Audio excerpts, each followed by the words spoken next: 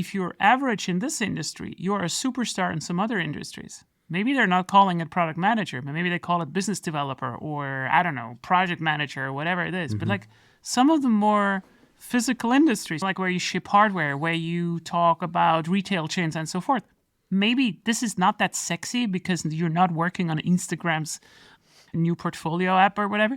But this is the thing where I'm just like, don't just let go of your product management skills. They're extremely valuable. You're extremely good in this, even if you change industries, right?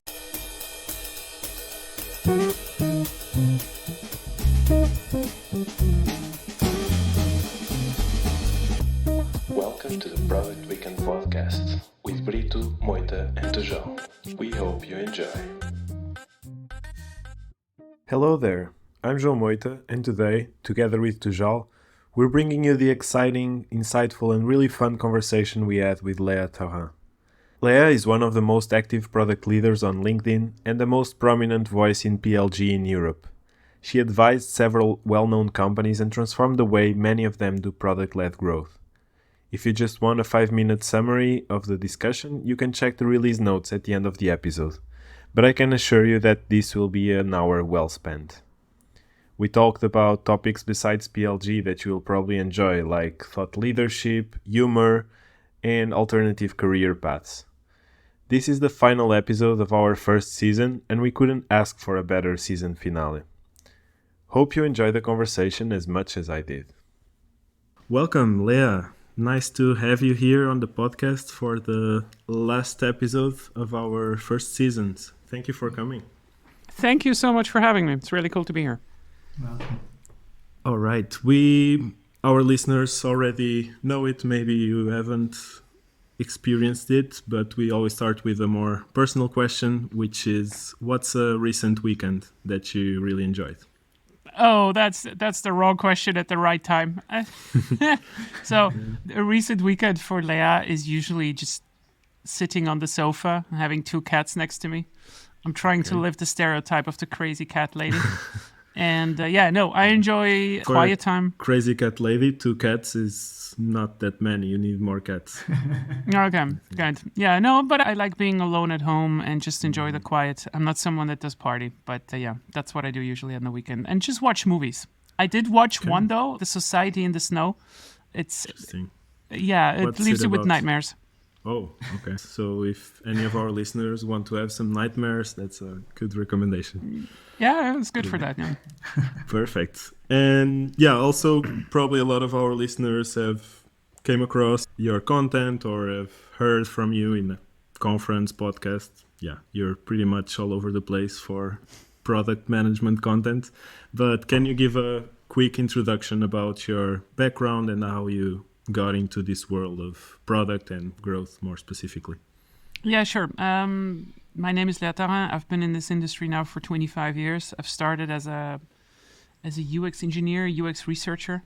And the way that I summarize this is that the beginning of my career was trying to understand what goes wrong in products, because you're trying to fix interfaces and you try to understand the motivations between the people and the machines as they're interacting with each other.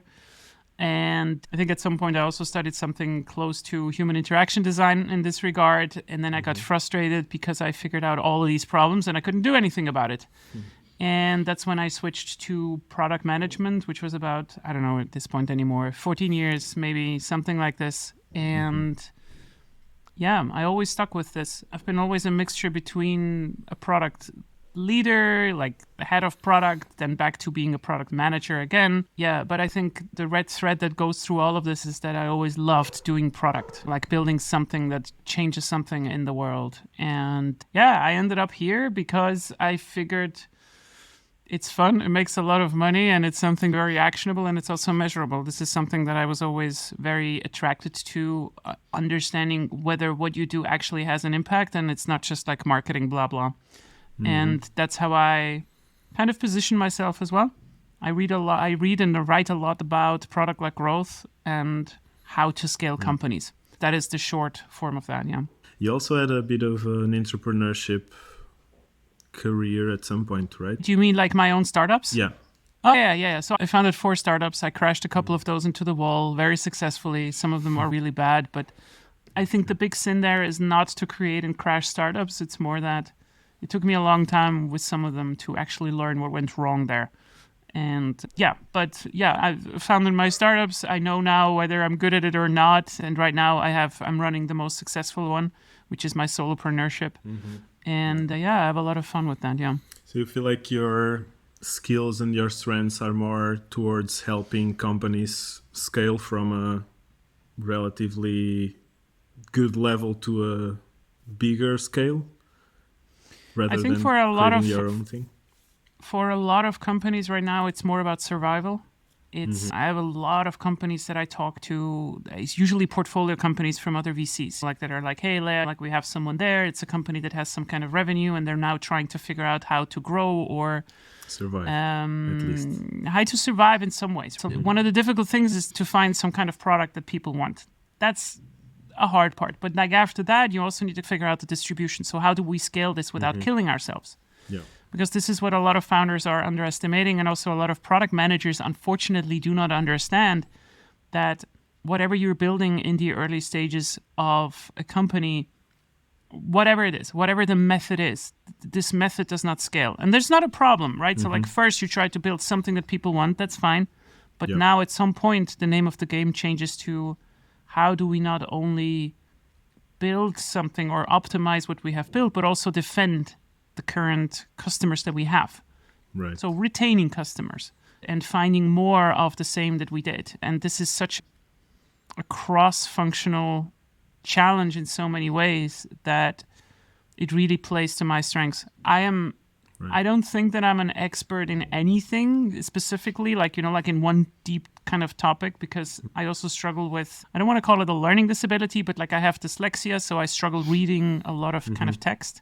So for me, it takes a long time to conceptualize a lot of stuff, and simplifying the knowledge of different functions like sales, marketing, how do you run a company and so forth is one of my strengths. And I realized that when I actually bring this to other people, that this seems to be a marketable skill.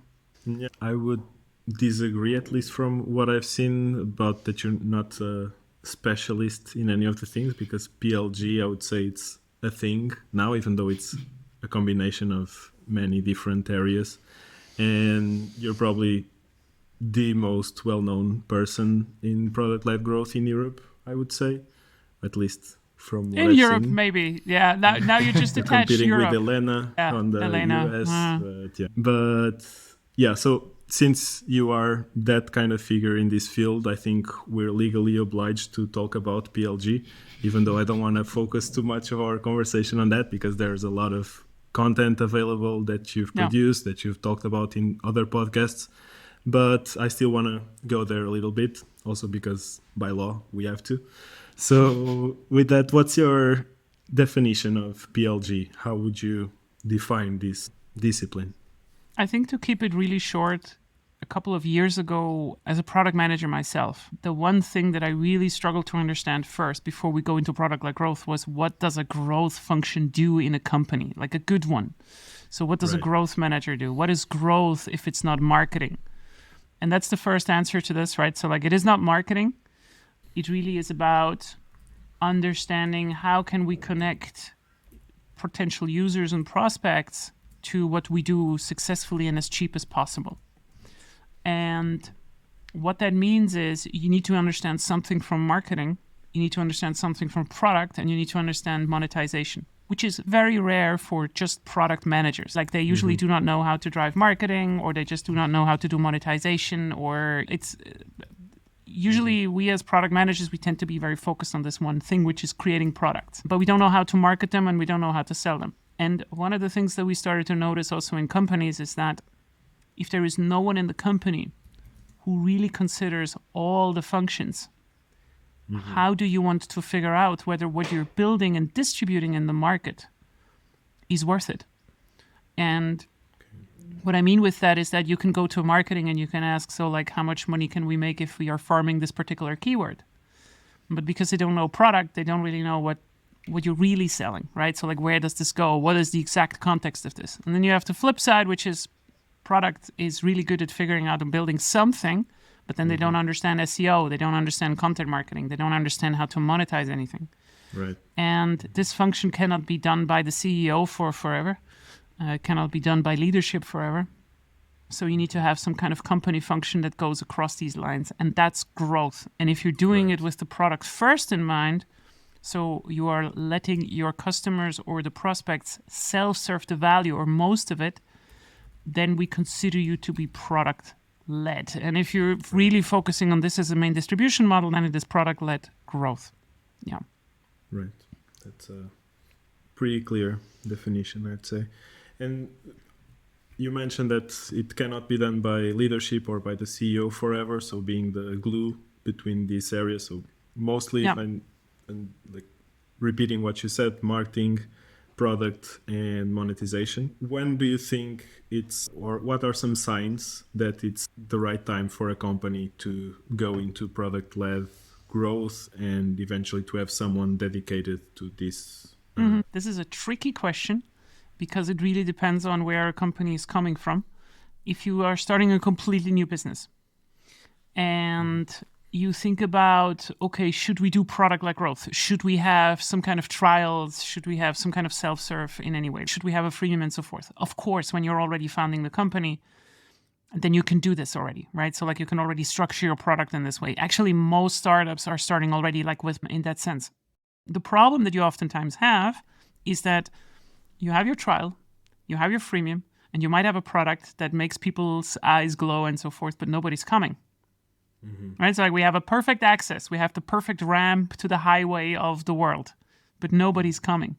So now you need to figure out, how do we generate interest? And sometimes you just cannot do this just with SEO or like just by producing content and so forth. So you need to employ salespeople who are just going there and just try to generate some kind of interest in the market, which does not make you sales-led per se, but these salespeople, for a better lack of word, are usually the founders.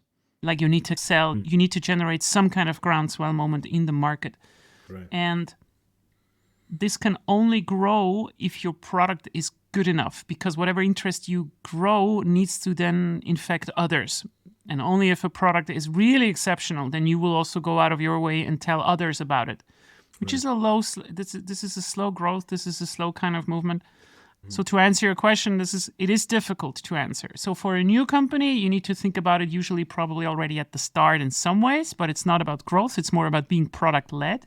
Right. And as a sales-led company, which is also a very dominant kind of reality that we have, usually after 10 to 15 million ARR, so yearly revenue, you start to think about, should we now also do something with product-led growth, right? So these are usually companies who are selling to enterprise clients and so forth, because what the reality that they are dealing with is that customers have less money, or they're willing to pay less because there's much more alternatives out there. If you think about CRMs, for instance, so they need to find some way to handle some of their pipeline self-serve, and then also make their existing salespeople more efficient.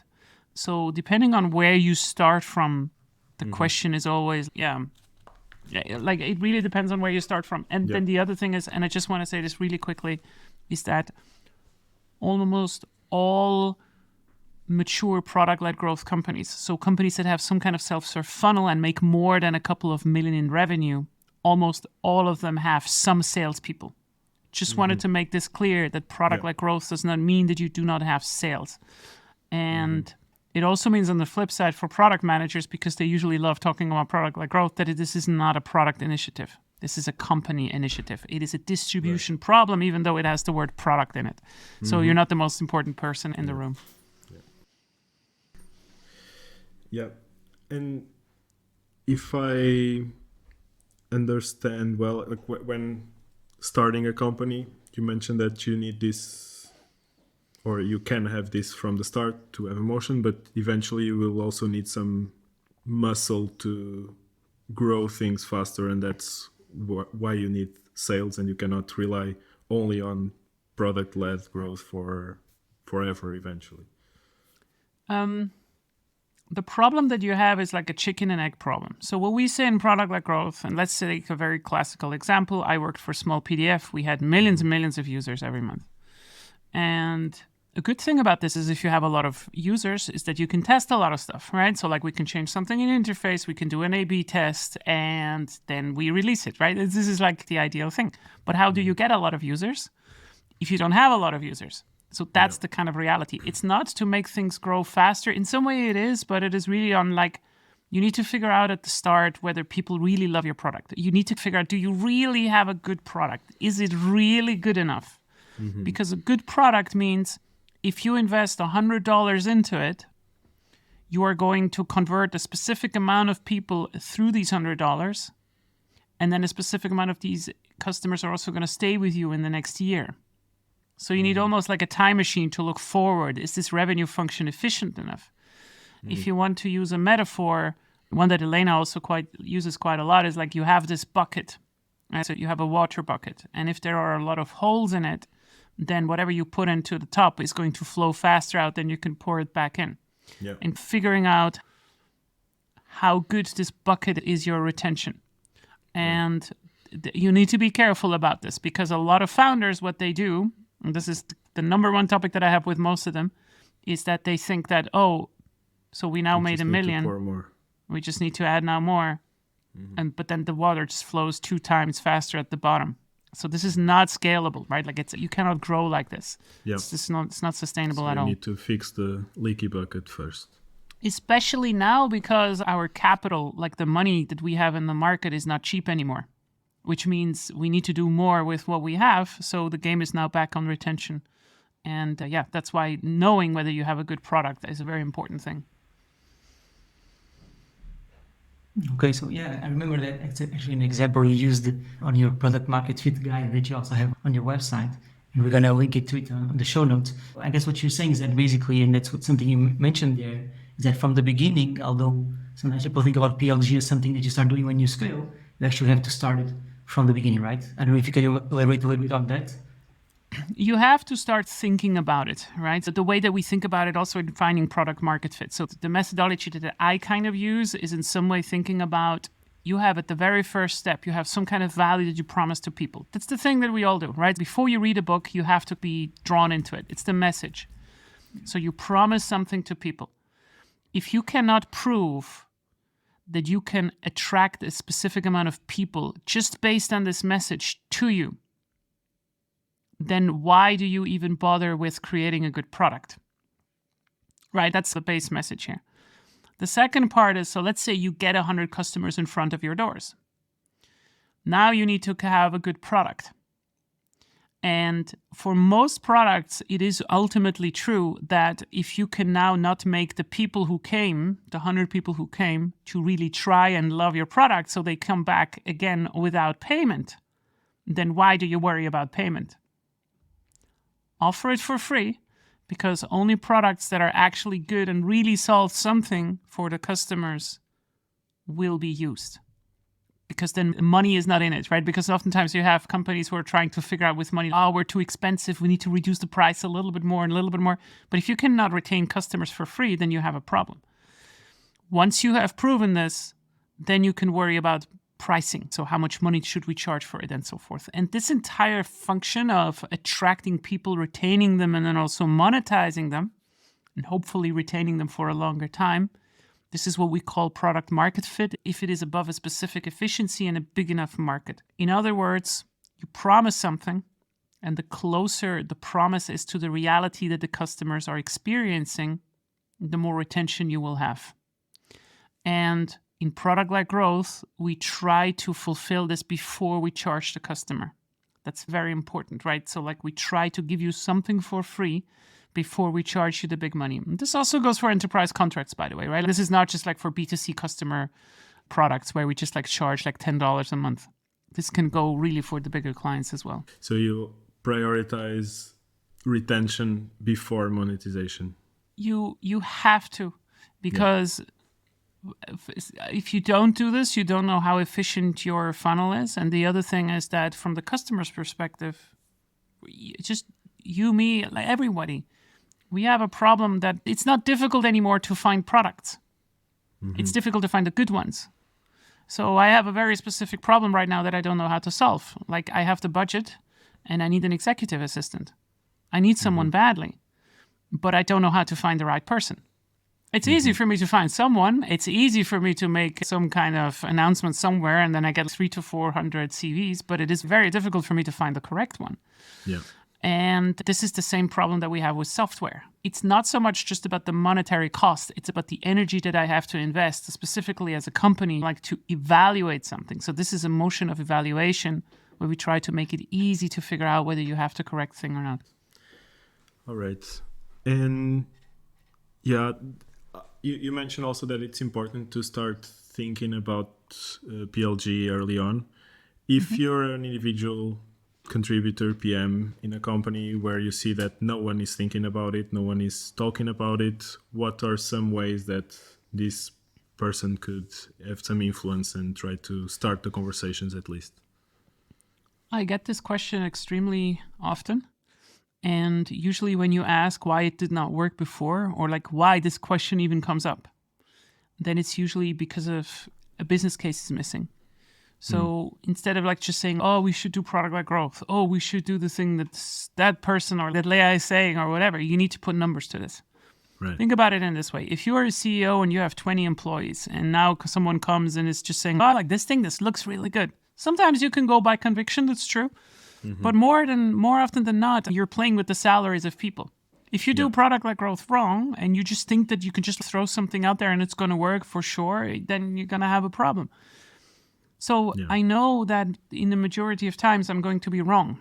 I know that myself, right? So like when we talk about A/B experimentation and changes in the product and so forth. So why would you expect an executive to change something so fundamental, how you distribute a product, without seeing the numbers first and having a well-informed business case? Now, a business case is not a scientific study, right? It's not, oh, this is going to happen. But it's if you cannot find in a business case what this should do for the business, theoretically, then how should it happen in real life, right? Like you need to have some kind of vision that this is really better for the customers that we want to reach, because usually customers and prospects that you're getting through PLG are different than the ones that are classically sales-led found. That's just what it is, right? So like the entire company starts to work different. And this is something where I'm just like, if I can give you any career advice for product managers or growth managers or whatever, please learn how the products that you build are being marketed. Learn how they're being sold. Learn how the company runs that is hosting your product. Please understand this, because only if you do that, then you can actually create a business case. Then you can say, if we're starting to build this particular feature, then that allows marketing to farm these particular keywords. If they're doing this and they get to a specific position, that means we're going to get this many new leads or traffic that is coming in. For sales, it means they get an additional thing over there, which means this could actually positively influence this. So that's what I mean. If you're just in product and you don't know how your product is being marketed and then being sold, I'm sorry, your time is going to be over soon, because all this bullshit product management that we used to have for years is coming to an end. It really is, because AI is automating it slowly away. That's why you need to understand more than just like your own function. Yeah, basically, the tip is to make good business cases and understand the other functions and how this impacts mostly marketing and sales. Those are probably the most impacted areas. So you need to understand those areas in order to do the business case. It's not just about how much you will make, but also how much you will save with these two areas. And it's also about, so we're really good in companies to understand how our money metrics are doing. So for instance, like CAC and CAC payback. So like how much money did we pay to acquire a specific user? 90% of all the product managers that I have ever mentored, they have no idea what these numbers are in the business. And so why should you know this? I'm a product manager. I don't have to care about this. And I say, yes, you do.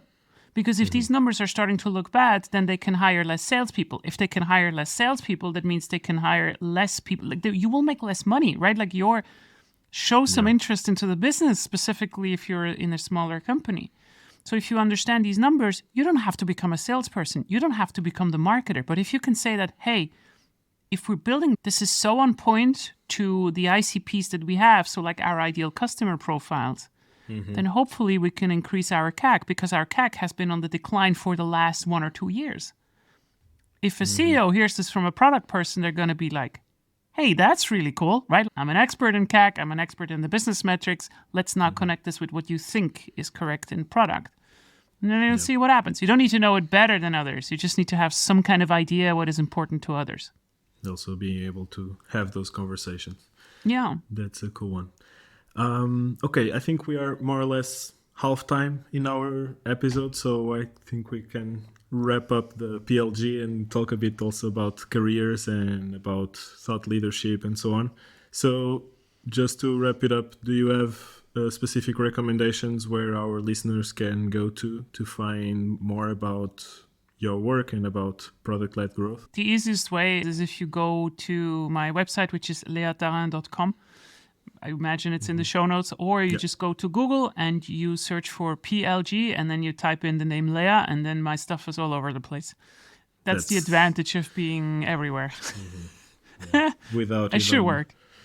Did you put some work in SEO to achieve that, or was it organic? That's a very good question. When I started about 1.5 years ago to write on Substack or whatever, it was more than a year ago, I was having to choose between Ghost and some other products. And Substack is not that good for SEO. And I chose Substack for a multitude of reasons, doesn't really matter. But in November last year, in November 2 years ago, I posted my PLG guide, which blew up and 50,000 to 100,000 people have read it immediately. And just because it was reshared all the time. And this did not happen nobody was looking for this, right? So nobody was like, oh, PLG guide. And then they were seeing my stuff. It was more like, hey, this is a good document. I would like to recommend this to someone else. Which kind of is the proof of my point, right? That everything is coming down to recommendations. So no, I did not absolutely spend zero minutes on SEO. And now I'm just fortunate that it works. Yeah. Yeah, that's cool. One of the main SEO things is having many reference links of your stuff spread all over the place. And I guess you achieve that a bit by accident, which is nice. Yeah, I don't know. I'm lucky. Yeah. And when did you decide specifically to start growing your audience and to start reaching more people? Was there a specific moment that it clicked for you that you needed to do this, or was it more organic? I had a conversation in the company where I was at, and I had a very specific Miro board where I think it was called Leah doing some serious stuff in next year. And I started to create a tree out of it. So what keeps me from my ambitions? And my ambition was back then, like, I want to have a really good CPO job. It's just what I thought. Like, I thought that I have to become a CPO. I wasn't so hot on getting a good title because I was already ahead of product at that point. I already had 2 positions, right? Like, I had my startups, all of this is fine. But like, what I was talking about was really like to be a CPO at a very well-known startup or a director's position. And as luck would have it, Miro tried to recruit me for their whiteboard application back then. It must have been two years ago or something like this. And I started to get some interest from the market. I was not big at all in terms of the reach or so. Like, I was not known at all, whatever. But the company that I was in, which was Small PDF, already had a very good standing in the market as well. And we were getting more calls by recruiters and so forth. So I started to have some kind of signals from the market. Hey, this is starting to get interesting. And I was creating this tree on, so what keeps me from getting to my dreams, like being a CPO. And then I had this huge kind of tree around which my CV is garbage. I don't know enough about sales. I'm really bad at marketing. I'm really bad at this and that. So like I had this kind of moment of what are my weaknesses? Right. And I knew that I have to actively sit down every day and do something for myself. I might not know how to, but I'm going to iron out all of these weaknesses in the next year, which was in 2022. So that was the idea in 2021 that I would iron out all of this in 2022. Mm-hmm. And I went to my boss back then and I said that, look, this is my plan. This is what I'm going to do. Am I going to do this in this company or am I going to do it in another company? Because I know that I cannot become the CPO here because you're the CPO, but is there a director opening here or not? And I just knew that it's going to happen somewhere. I just needed to clarify where it is not happening. And this was a very specific shift for myself because you can sometimes fight against windmills inside of companies in some way, and that you think that, oh, I should get paid more, or I deserve a promotion or whatever. But for me, this was not the question. The question was just like, is it happening here or is it not happening here? Because if it's not, then I'm going to go somewhere else. Right. And it was very clear that there was no room to grow at Small PDF. And then for 4 to 5 months, I started to search actively on the outside, and I started to also post about it on LinkedIn, not about my growth journey, but more like about all the topics that I started to research. I got to know Elena, which still to this day is the most important person I have met on this particular journey. And I grew very fast, but steady, like really steady, because I was just like, I'm going to sit down every day. And every day that I do this, there will be an output in form of some kind of post on LinkedIn where I generate value. So it was not just about, getting like 50 engagements or whatever. I did not post any memes, nothing funny. This was all serious learning because I wanted to hold myself accountable. The first 1,000 people were brutal. It was really brutal. In terms of feedback?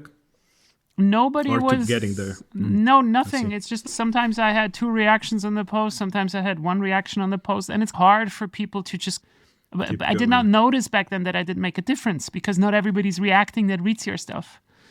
And then suddenly you get some people coming back and say, hey, Leah, I really like your stuff. Please continue writing this. And I'm like, oh, wow, this is really cool. Like my first customer. And yeah, the rest is history. Like I generated more and more, and I always try to differentiate myself from these bubbleheads that are just like giving some very generic, get up at the morning at 5 o'clock and eat a croissant and then you're going to be good. Yeah, that was my journey and the reason for kicking it off. Mm-hmm.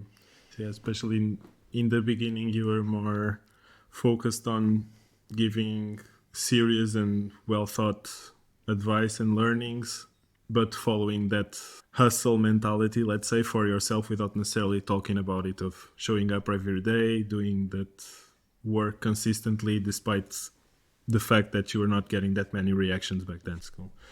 And yeah, especially during this past year, or at least the last few months, you started posting more like ironic, funny, facetious. It's a word. Do you know the word facetious? I think so. I'm not 100% sure. Yeah. But as I told you, I'm dyslexic, so I'm just going to say no. Yeah, it was Chris Comston that taught me that word. It's a very cool one. It's basically being ironic in the face of serious matters, basically. Yeah. But yeah, I think it's a word that describes well some of your content and comments as well. A lot of times that when I read your comments on people that are super serious, making a very serious thing, and your comment there, it makes my day sometimes, to be honest. Yeah, thank you. Yeah, that's cool. But yeah, I really love that content, that type of content, and that taking things a bit more lightly. Yeah. Is there a specific reason for you doing that? Because also it's something that started not from the beginning. Like, at what point did you realize that this more lighthearted content was good and people were into it? And also, how do you relate with it? Yeah.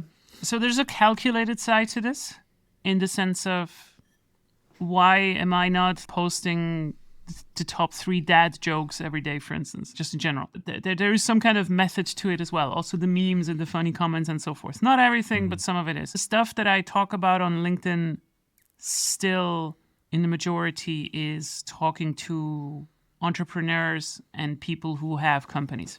So if I'm making fun of others, like about their revenue or some other stuff, I'm not putting down people for not having a specific amount of revenue. It's not what I mean, but sometimes they make really stupid statements.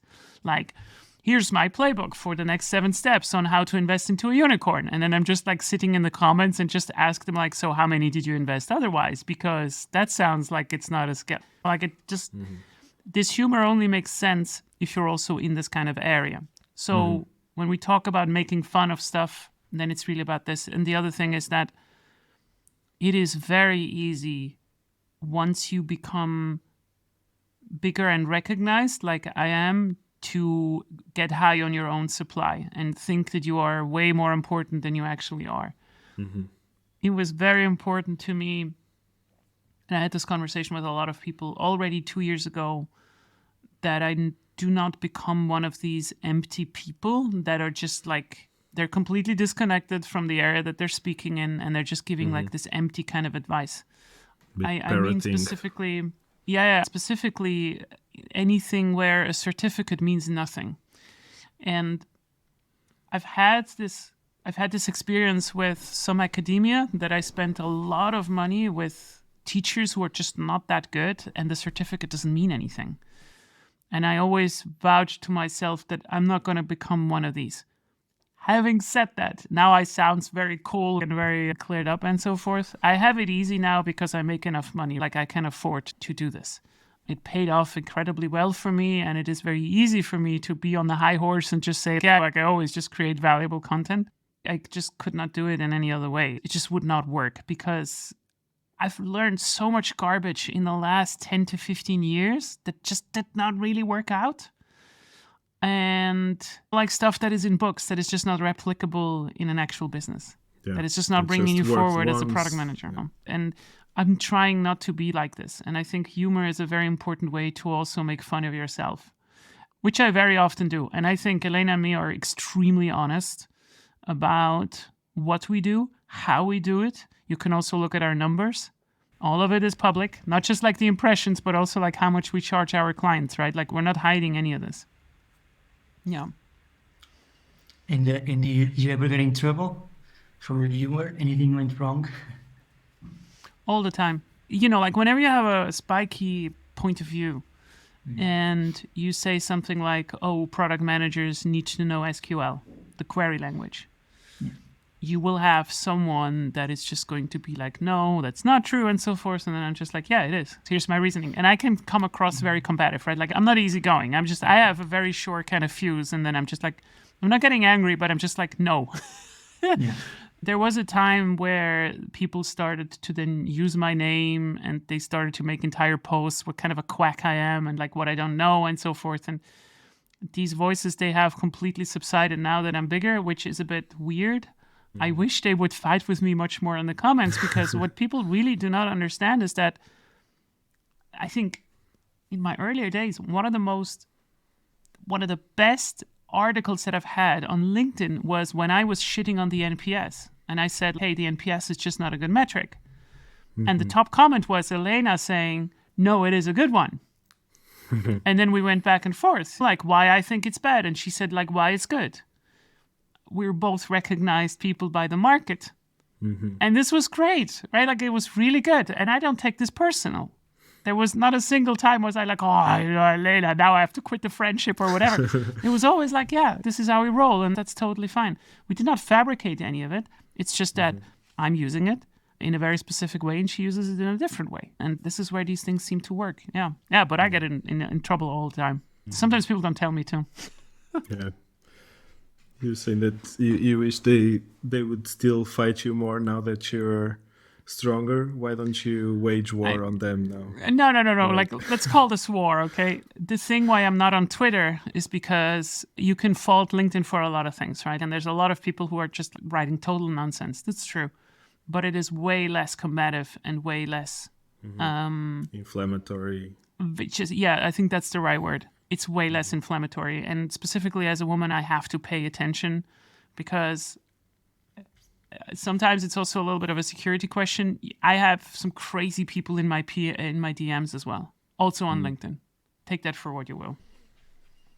Cool. And there's one thing about being recognized in the industry or considered like a thought leader, which is if you don't have a book, you're not really a thought leader. And you have your PLG guide or product-led guide that you've referred to it as almost a book. And you also have it a book-like version on Gumroad, but you're not yet a published author. No. Do you think one needs to have a book to be considered a proper thought leader? No, You're absolutely not. A proper not. thought leader yet? Absolutely not. I don't think so. But so what is a book? A book is like a kind of the one thing that you put out and then you cannot change it afterwards anymore, like a website. So if you're talking crap, then it is immortalized. I think a book is just a different form of content in that regard. A lot of people that I really respect in the area have made books. A lot of people that I don't respect have also made books. I really don't know in that sense what I should do with it. maybe I'm going to do it eventually. What I really love about books is the physical form of it. Now, I have a huge shelf back there with a lot of books from people that I have listened to, because I usually try to listen on audiobooks. So I buy an audiobook and then I buy also the physical copy. It's very rare that I actually read the physical copy because I can retain stuff better when I listen to it. And nevertheless, books have some kind of place. I think I've written so much over the last year that I could easily make a book. The problem that I have is that I only want to put out a book about PLG that is so good that it's going to blow everyone away. It has to be the best book in the world around PLG, and not the second best and not the third best. So it needs to be the best. And with the best, I don't mean the most copies sold, the most recommended by people who are reading it. And I'm still thinking about whether I should do it. It is a lot of work, but I'm going to figure out some way to do it. Yeah. But yeah, maybe it's going to happen. Yeah, if you want to have the best one, it's better to have it sooner than later, because the competition will be higher eventually. There will be more books. I don't know. I'm not that impressed. The only person who could give me some challenge is not writing a book, so it's fine. Okay. You're keeping your competition in check to make sure that she doesn't... Yeah, so far, I mean, Go ahead. There's a lot of cool people coming up, and there's a lot of good people. And I think the ones that I really care about, they are my friends as well. So I think, in a way, you should always look at it this way. The best friends in your life are the ones that absolutely hate to not be where you are, but at the same time, they celebrate you all the time when you reach a new milestone. And that's the way that I'm building my relationships as well, right? Like I celebrate everything that they did.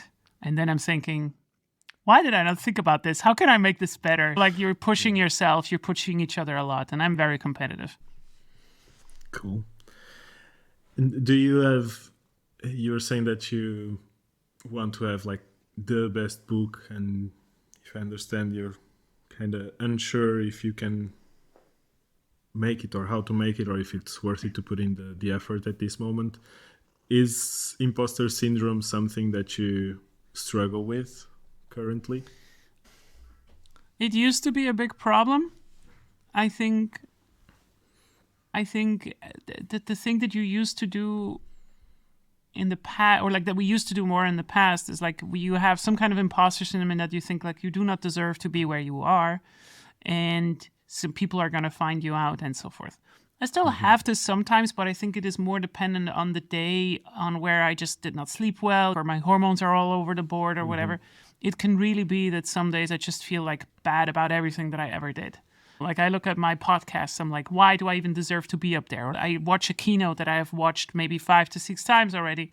I'm watching it again and I'm like, what did I do there? And the other days I liked it and so forth. So this is not a really real, this is not an objective kind of process that is happening. And I feel like a healthy dose of imposter syndrome is actually a good thing. I think in many aspects, I'm good at what I do because I constantly think that it's not good enough what I do. That's a great point. And I think this is pushing you to do always a little bit more, and especially when you're tired. Because when you're tired and you think you're always good, then it's like, like what I delivered is already good enough. And I genuinely love this kind of work. For me, I'm extremely fortunate to love what I do, and also to have a healthy dose of imposter syndrome without feeling that I'm the hottest in the industry. Take it for what you will. So I think so, yeah, it is still there, but it declines now slowly, which is good. I'm not stressing that much anymore. That's cool. Awesome. Then to start wrapping up, let's talk just a little bit about careers and career paths. So there's the traditional career path in product, let's say, where you start as an associate, then PM, then senior PM, group PM, or principal PM, depending if you go IC or manager, director, CPO, which was a career path that you were on, and that you were aiming for the CPO as the top of the, or the end of the line kind of thing. But there are also very different career paths, especially in product. I've seen everything. A lot of people that come from entrepreneurial ventures, or that have entrepreneurial ventures in between product roles. Consulting and fractional roles are also very common.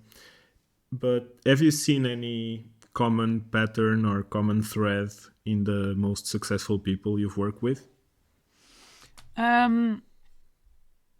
I can give you the very standard answer of everybody who really wants to grow is becoming a very good PM in the future and so forth and yada, yada, yada.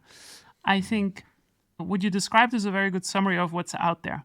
I would say that right now in tech, in product management in tech, it's predominantly in companies that offer SaaS services. It is quite brutal right now. And there was a very good conversation on Reddit actually on... I think it was someone that said, hey, should I go back to being an engineer? Because they originally were an engineer. And I think in my head, you have about 3 kind of differentiations between being a product manager. You can now go into growth, where you focus a little bit more on acquisition and you try to connect back to what the company has and sales and so forth, like the stuff that I talk about.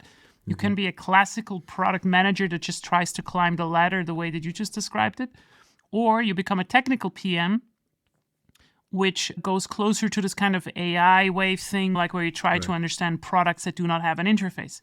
However, I also do think that instead of asking yourself if it doesn't work in any of these 3 kind of areas, I really do think that people should not forget that the skills that you have as a product manager, what makes you average in tech, is actually extremely valuable in different industries.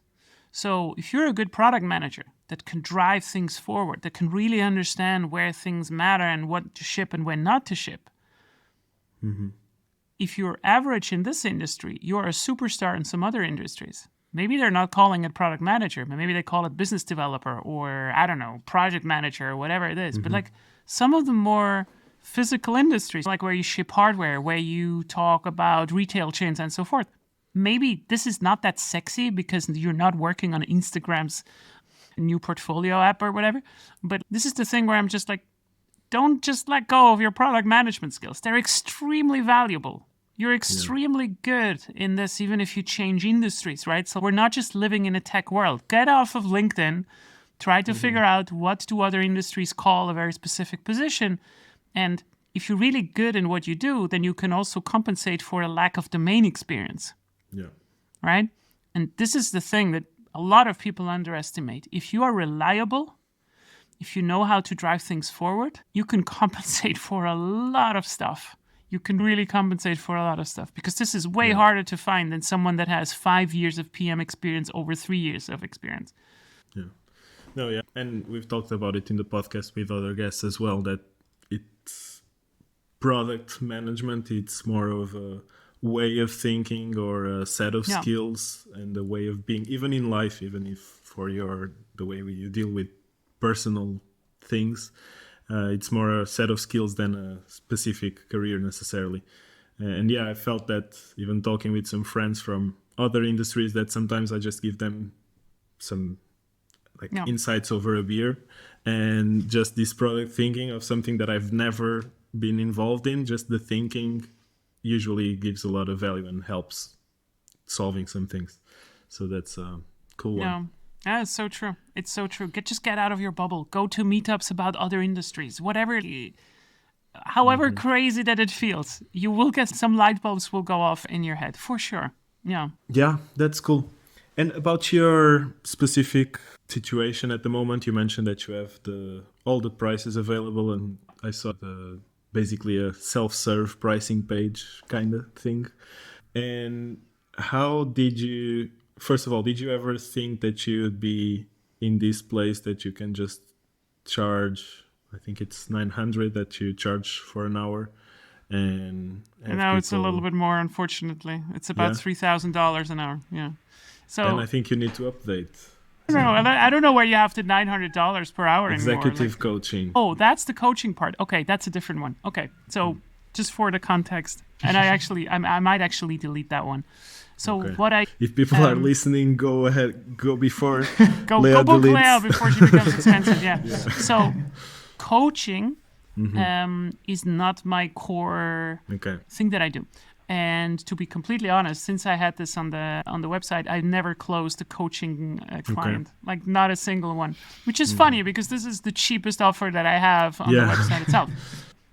In order to understand this kind of pricing page and where this is coming from, you need to understand how people actually want to work with me. Usually they read my free material, they listen to podcasts like these, they see me on stage or on some other events, and then after a couple of months, they write me an email and then they say, hey, Leah, can you help us? We have a problem that we really should talk about.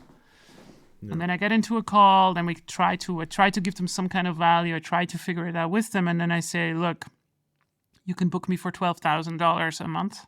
You're going to get access to me in a weekly call, which is 1 hour. And we also have some back and forth conversations on Slack and so forth. So it requires a little bit of context. It's not just like $3,000 an hour. It's just like to limit my kind of time. I had to put the prices there where they are. And yeah, but what people get, and this is usually on B2B scale-ups, is exactly that. So coaching, I'm not a good coach, I think, but I'm really good at like advising companies how to grow and really think about through all the stages of the company that you have. And this is my core offer. But it's funny. It's funny. The cheapest stuff that I ever offered, I don't have a single client right now. Yeah, I should actually delete it. Yeah, that's true. So, yeah. That's a lesson that making it cheaper is not the way to close clients. That's not cheaper. It's just not my core offering. Yeah. But I did the math the other day. So for about 1 million impressions, I get one paying client for this particular rate. Take that for what you will. Yeah. That's a cool one. You did a post on LinkedIn, I think, or maybe on Substack. I don't know. I saw the post and it was quite interesting that you went with a lot of details. So if people are interested, it's also highly detailed recommended. Everything because the number sounds crazy, but if you actually look how much work goes beyond it, specifically into the freer content, then you see that this actually makes a lot more sense. So yeah, it's not that good to brag this way, but it sounds cool regardless. Congrats for your achievements for sure. And just before we go into our sprint questions, you already mentioned on the paths, just exploring this option of being a technical PM and going into AI. So are there any other trends, especially because we're in the beginning of the year, are there any other trends that you see coming up for PMs? I think in general, it is about anything that helps you to grow, to understand how a company works is probably the trend. And why is that the case? Because if you compete against other PMs, then you need to be exceptional against them. And you will not be exceptional just by doing product better. That's not how this works. You really need to be easy to work with sales. If you understand, for instance, what kind of data that sales requires to sell to an enterprise client as a PM, there's money in that. There's a lot of money in that because it makes it easy for the employer in the future with you to work with you. It makes it much easier to integrate you into the company. So I think try to go cross-functional. Try to learn something about other functions, and then you will be right on the money because this is the future. Like it actually is the future. We need to do much more of the other functions. Yeah, I know I'm repeating myself there, but it is very difficult to nail down just one trend. Mm-hmm. Yeah. Oh yeah, we already talked about a few of them. Okay, then let's start wrapping it up. Yeah, if you haven't listened to the podcast, our listeners probably already know, but now we go through the sprint questions and then the release notes. So, sprint questions, as the name says, short answers, short questions, short answers. And there's 3 of them. So the first one is, what's a digital product that you would struggle to live without? A digital product that I would struggle living without? I would say Notion, because I keep all my information in there. Okay, cool one. And what's the most underrated skill in product management? To do user research inward. Inward? So inward. So like inside of the company. So instead of just like doing research with customers, do it really also on the inside. What does this mean now? Yeah. Got it. And finally, if you could shadow any product manager or leader for a day, who would it be? That's a good question. I have absolutely no one. I really don't know. I would love to shadow myself. You know what? That would be interesting because I would love to know how it feels to be in a room with me. Because then I get an unbiased kind of experience because I'm never sure whether it's a good thing or not a good thing. But Good. I have met all my heroes. They're all humans, and I feel like, yeah, there's no one that comes to mind right now. I'm not a role model person as well. Cool. Yeah, that's a cool one when you realize that your heroes are actually real humans. It's super fun. Yeah, for some of them it's good. All right, cool. Tojal, do you have our release notes ready? Yeah, so I hope I don't butcher any of the concepts you shared, but I think people will be able to hear the whole conversation. So just going to a few topics. So we started with PLG and what it is, and you're saying that it's about growth, but it's not only about marketing. It's a combination of product, monetization, and marketing. You need to get the three together to make it work. And it's a sign that it's time to think about PLG. If you're at the start of a company, it's really about being product-led more than PLG per se. And if you're in a sales-led company, a rough figure you mentioned will be when you're after 10 to 15 million ARR. So that's the threshold we're looking for. And after that, you can think about it. Then the thing is, you also mentioned you really need to figure if you have a good product. That's really key on PLG. That's the thing that's going to move it forward. Then you went into PMF, and you said that you said what were the paths that you had to go through. So first, you have to prove you can attract a few people. So that's the acquisition part. After you attract, you need to have a good product, and that's retention. And here is where you see if you can't do it for free, you have a problem. You don't have to think about monetization before you can actually attract people with a free product. That's when you understand you're in the right path. And then you were saying that, of course, what is hard is to find a good product, not a product. There's a lot of products in the market. The thing is finding the good ones. And how do you start talking about PLG as an IC? First, you need to learn how your products are being sold and marketed to build a business case. That's how you do it. Just knowing about product is not enough anymore, and AI is going to make it very obvious very soon. Going to the thought leadership and a bit about personal growth, you mentioned that it's important if you want to grow in this career, you need to map your weaknesses and then iron them out to grow on your career. You need to be honest to yourself and your company and understand if you need to go somewhere else to grow. Sometimes there's no room, you just have to go somewhere else, but you need to understand yourself and with your company. And then you just have to put in the work every day because effort is going to compound. It starts slow, but eventually the results will start appearing. Then you also mentioned it's very easy to get high on your own supply. This is when you're talking about humor.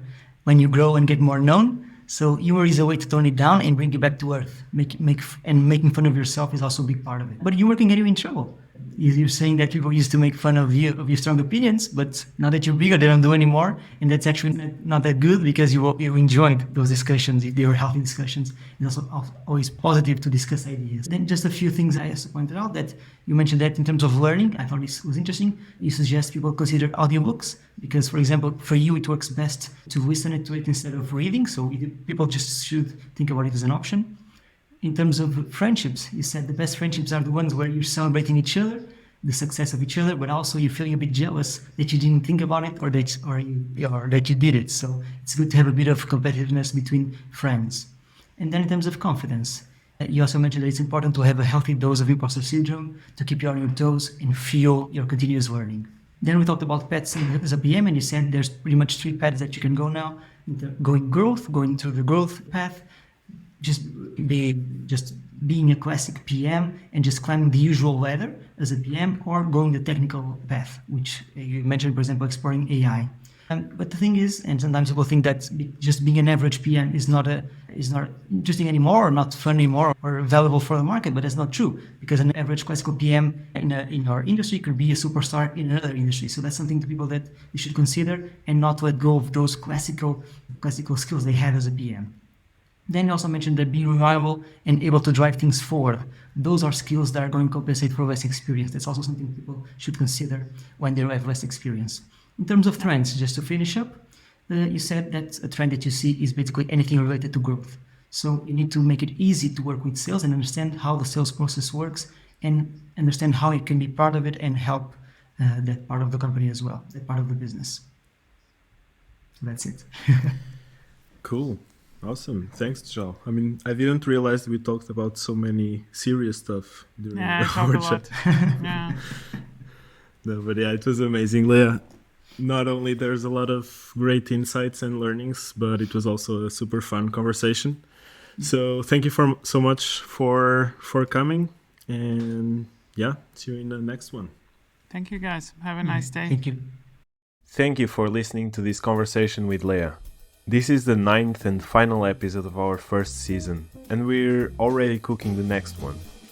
We will feature some well-known international product leaders, but also up-and-coming product management voices. If you haven't, make sure to check our previous episodes while you wait for season 2. Also, to support our show and help us bring you even more product content for free, please leave a 5-star rating on Spotify and follow us wherever you listen to podcasts, so that you don't miss the next season's premiere. See you soon!